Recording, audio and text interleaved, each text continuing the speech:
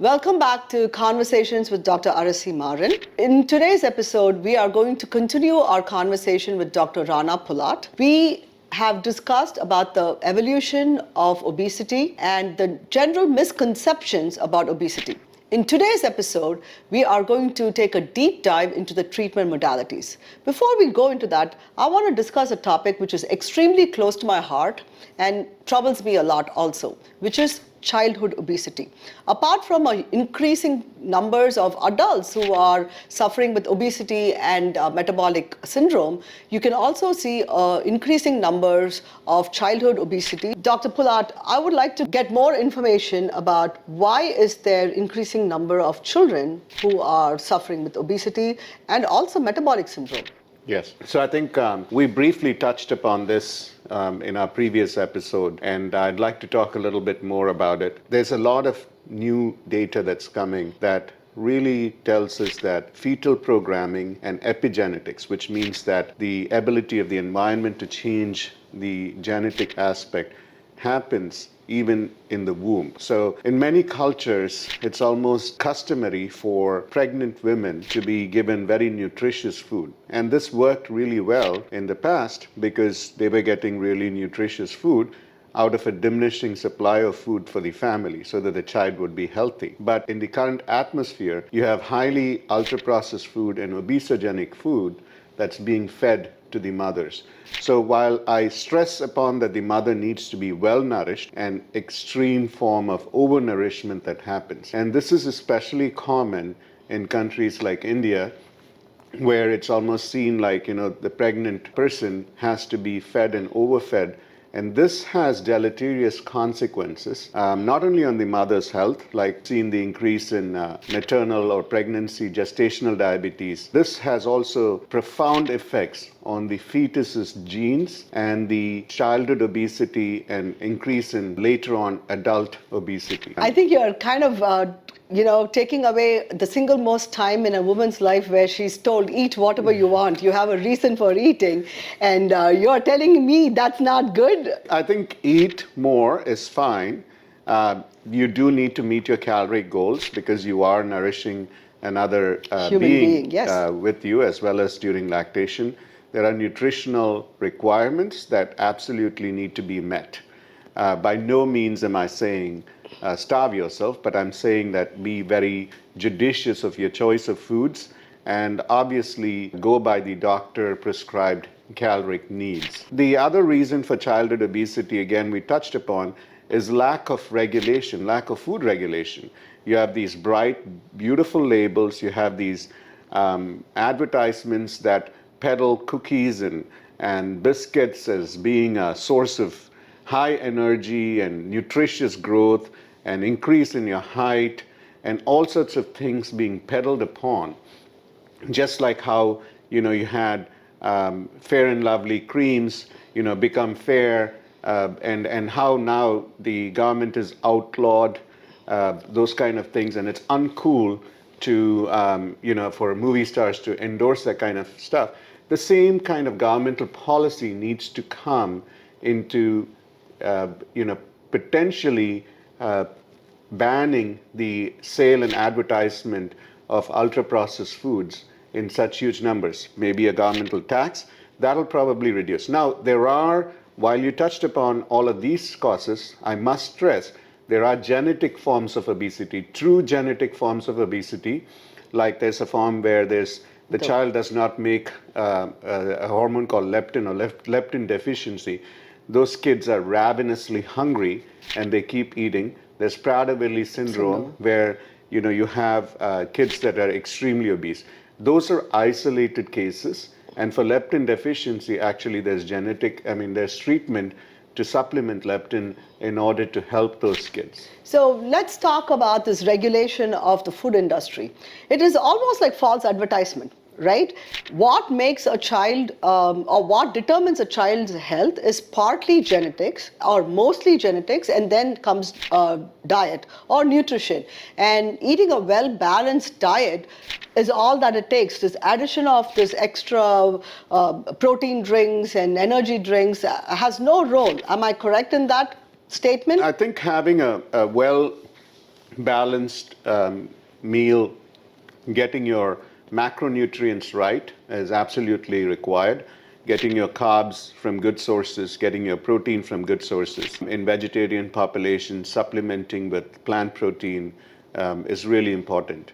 The problem sometimes I see with vegetarians is that they eat a lot of rice-based foods, which then again is really bad for South Asian populations because we have genetic polymorphisms that prevent us from processing ultra-processed food. And like we briefly touched upon, our good fat stores are very limited. So all of this ends up promoting visceral obesity and causing insulin resistance, which is the reason why India has fast become the metabolic and diabetic capital of the world. Absolutely. India and China are leading those numbers because of this problem.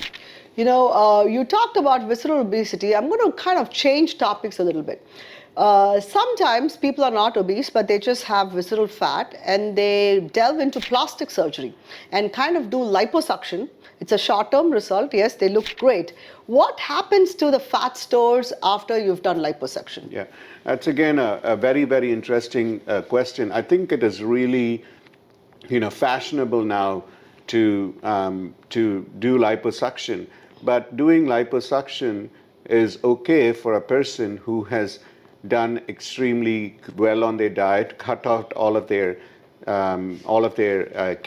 excess calories, fix their addiction, become more healthy overall. Then liposuction can be used as a cosmetic enhancement for areas of stubborn fat. Now, having said that, we South Asians, especially in the South Asian population, we have very limited amount of healthy stores of fat. And if you take those stores of fat away, then the amount of all of the excess calories, if they have not fixed the problem of eating more, or if you have a processing problem of insulin resistance, then you are going to store all of that fat in the viscera, in liver and skeletal muscle and viscera, which makes your insulin resistance even worse. So the worst thing you can do is not fix your diet, not basically attack the causes of obesity that are happening, and just basically do a cosmetic procedure of liposuction, which will actually be deleterious for you. Fantastic. Now, why don't we get into the topic of treatment of obesity? There are so many newer advances, but I would like to start with lifestyle changes. I'm a cardiologist, and literally for everything, I talk about lifestyle changes. But truly, I want to hear from the surgeon's aspect, and you're also both certified in obesity medicine. What would be the recommended lifestyle changes you would start off with? Yes. There's a general myth: eat less, Move work out more. That's the general myth. You go to most doctors, that's the advice that you're going to get. It's not as simplistic as that. We know that exercise is really good for cardiometabolic health in general, but exercise is a very poor form of obesity control or weight loss, because you can run on a treadmill for 45 minutes and undo it with one donut? With 2 Oreo cookies or less than that. So if you look at it in a lifetime, so if you're at the age of 20 and you take that same person, if you give them 1 extra potato chip a day, which is about 8 calories, that's the difference at the age of 40 that they will be obese. So you can see how homeostatic this mechanism is, and as you age, your hormones are going to work against you. So while I'm not saying that exercise is not important, I absolutely want to stress that exercise is an extremely important form of increasing your cardiometabolic health, especially moderate aerobic exercise, and more importantly, building muscle is very, very important, because those are your energy sinks, and this increases your basal metabolic rate, and this really has good consequences for bone health, as well as a long-term weight control mechanism. So exercise is important, but it is overstated in the control of obesity. Now, as far as diet is concerned, fixing your diet, increasing your nutritious meals, cutting down on ultra-processed foods, which means chips, pizzas, anything that you can buy from a grocery store that's already prepackaged. That's probably where the money is. You really cut on that, you're going to see good effects. Sometimes I tell my patient, anytime you're ripping a package, that's a food you should not be eating. And I also tell them, you don't need snacks. You need 3 good meals, and there's no need for you to have snacks in between. And all you're doing is spiking your blood sugar, and insulin is chasing, and you end up with sugar crashes and things like that. And you touched upon a very, very, very important point. One of the most important ways in which you can control your weight is keeping your glucose level steady state. So you don't want those sudden spikes in your glucose. And what you get out of an ultra-processed food, even though you might think it's a chip, it's salty, and it's just a chip. It's fat-free. Yeah, and it's not a piece of chocolate. What it does is as soon as it spicy. goes in, it gets processed and it spikes your sugar, and then that causes your insulin level to go up, which causes your glucose to crash, and you chase it with more of the same kind of food to get that sugar level up. So you want your sugar level as well as your insulin level to be in a steady state to achieve meaningful weight loss. You know my struggles, my own personal struggles with weight loss, and I've tried several different things. And there was a time, where it was literally advertised to us that eat frequently. If you don't eat frequently enough, your metabolism is going to slow down, and then you're not going to lose weight. What do you think about this frequent eating? Yeah, I think business? there's different fads that come and go.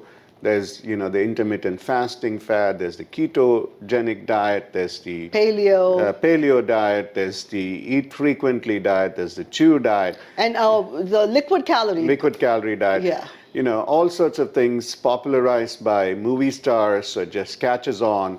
But what you need to do is to stick to something that you can potentially be practical about. Eating frequently means that there are bodybuilders who eat 5 times a day, but they also eat in a very measured way and they're looking for a very specific end goal of building more muscle. So they do need to get enough protein in. But if you want to break up your meals into 5 small meals, by all means, but that should not mean that you end up increasing your total caloric intake at the end of the day, because that would have so while eating small frequent meals might be a good strategy, and in some people, I'm talking about very, very limited number of people, I've seen people being successful with some sort of intermittent fasting. But again, any kind of prolonged fast really wrecks your metabolism, and it predisposes you because your body really sees it as being calorie hungry, and you become a more efficient fat storer when you do crash diets. So when you do a crash diet, what you're doing is your body goes into a starvation mode. So your basal metabolic rate goes down. You feel crappy. That's why that's the term hangry. Yes. Because you're hungry and angry, because there's a physiologic reason for it. Because you're really crashing your sugars. You're really reducing the thing, and then you don't see a great amount of effect, because your body's basal metabolic rate goes down. So your body is trying to conserve energy while you're trying to crash diet. And people get frustrated and they're not able to do it in a sustained fashion. Or even if you lose weight with the crash diet, you then become a more efficient fat storer, because when calories come back, the body is like, oh my God, I just went through this crisis. And the physiological response to it is, let me store more fat. So you actually train yourself to become a more efficient fat storer, if you continue crash diets through your life. So how do you break the cycle? I mean, most of us, I mean, especially women, let's not be gender specific, but most of us have had issues with weight, and we tried different things, and when we are young, we think we are immortal and we can do whatever we want, and we've wrecked our bodies, right? So how do you get out of this? How do you get out of this vicious cycle? Yeah. So I think there's different ways, and again, it all depends on your personal fat threshold, personal obesity threshold, the amount of obesity you're suffering from.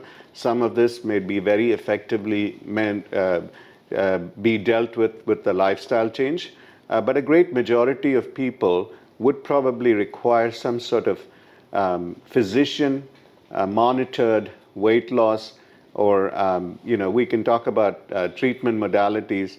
That would be the way to do it. Obviously, do build your muscle, do balanced meals, do everything you can, and if it is still not working, then potentially talk to a physician.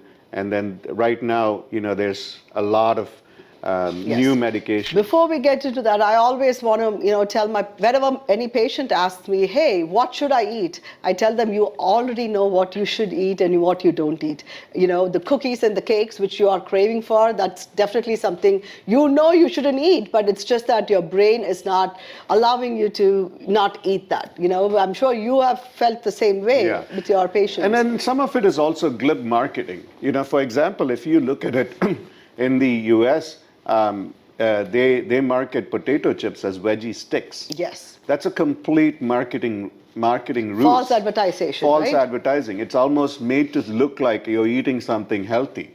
And it's basically a potato chip, an ultra-processed food that is horrible. Yeah, our own kids come and say, hey, I'm eating veggie straws. Here's my vegetable. Yeah, so that kind of false advertising needs to stop.